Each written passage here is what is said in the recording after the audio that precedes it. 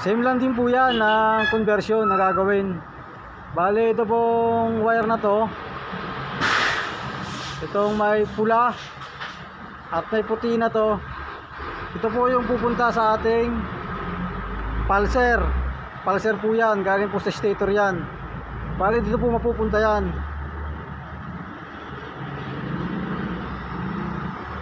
Dito po. Yan.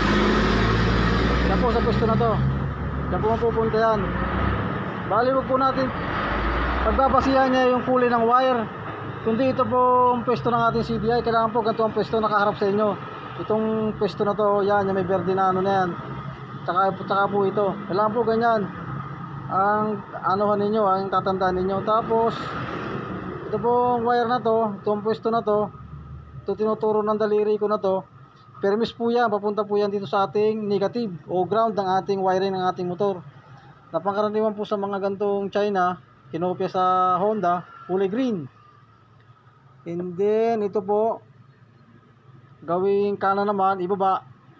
Ito pong pwesto na to, ito po magiging supply ng ating ECC. Yung po ating supply na manggagaling po sa ating accessories wire. Ganito po magiging ano niyan, trabaho. Gamit po kayo ng test light. Yung pong negative natin ng clip ng ating tester, lagay po natin sa negative ng ating battery. And then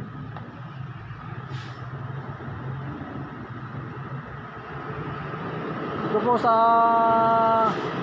lumang socket na dating CDI, o ganyan po, itusok lang po natin yan. Mahirap pag wala pong tagahawak ng camera, hindi po magkaigi, nahihirapan po talaga ako. O yan, pag sinusi po natin yan, makakaroon po siya ng positive supply galing po sa ating accessories wire. Ganyan po dapat.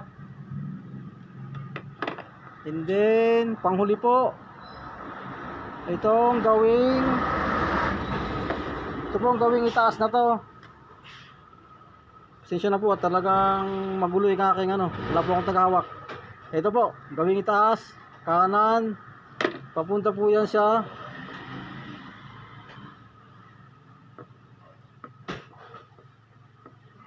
ignition coil po. Ito po.